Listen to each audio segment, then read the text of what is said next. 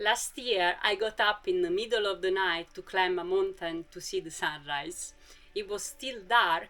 My friend was ahead of me on the trail, and I was behind with just my headlamp lighting the path in front of me. Then, at some point, I noticed a red light behind me. Someone else was climbing as well. And for a moment, I felt uncomfortable. Not because anything had happened or because I was in danger, but because I didn't know who it was. And that moment made me think about something. After almost 10 years of adventures, why I still get scared? Shouldn't I be over this by now? But then I realized something else. Maybe I was asking the wrong question. Maybe the real question wasn't why am I still scared? Maybe it was, if I'm still scared, how did I end up here? Because if you show me my life today, 10 years ago, I wouldn't have believed it.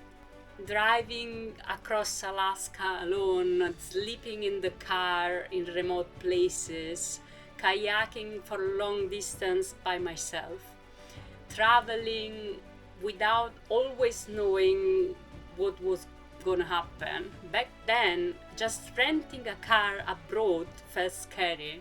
Traveling alone and being responsible for every decision felt intimidating. So I didn't start with Alaska, I started with Scotland.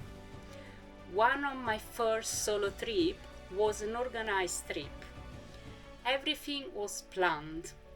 The route, the accommodation, the transport. And looking back, that trip taught me something very important. When something feels too big, you don't need to do the whole thing. Sometimes you just need a version that is small enough to start. Scotland wasn't the destination, it was the first step. And over time, those steps got bigger. Eventually, Scotland became Iceland, and Iceland taught me something I wasn't expecting. I thought bigger adventure felt easier. Instead, they brought bigger unknowns. I remember being in Iceland and remember not being able to make it to the accommodation I booked. The weather changed and the plan I made no longer worked. Years earlier, I would have seen that as like something had gone completely wrong. Now I barely remember that way because the trip wasn't ruined, but the plan changed. And over time, I started noticing the distinction everywhere. Road closed, weather change, ferry got cancelled, plan change. The bigger adventure, the more likely the plan won't go accordingly. Which brings me to Alaska. I planned for the trip the most I ever did for any trip. I researched route, distances, weather, places I wanted to see, gas station, food supply, anything, but I also left space for the unpredictable. Most nights I slept in the car, not because I didn't have a plan, but because I didn't know how far I would have driven that day. I didn't know what I would discover. I didn't know if I wanted to stop somewhere because it catch my eyes. But looking back, that's what made the trip works. Not having the perfect plan, but having a plan that can survive change. Then one day I was kayaking by myself. I remember stopping and looking around.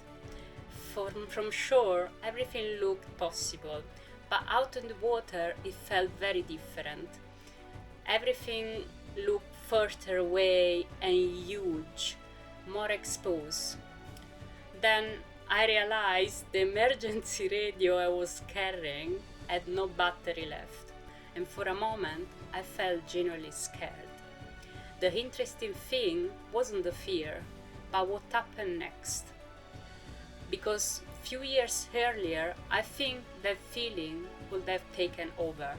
Instead, my mind immediately started to look for solutions. How far I am from shore, what are my options, what can I control, what's the next step. And that's when I finally understood what have changed. Not on that day, but over all those years. The fear never disappeared. The things that can go wrong never disappear. If anything, bigger adventures, things can go wrong even more. What changed is that I stopped seeing them as evidence I could not do it.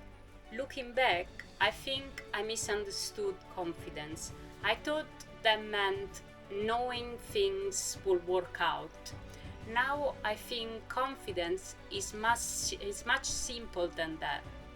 It's like trusting you when things don't go to plan, because adventure never gave me certainty, but they gave me proof that plans change and life goes on, proof that problem can be solved, proof that there is usually another way forward, and the proof that I could handle more than I think.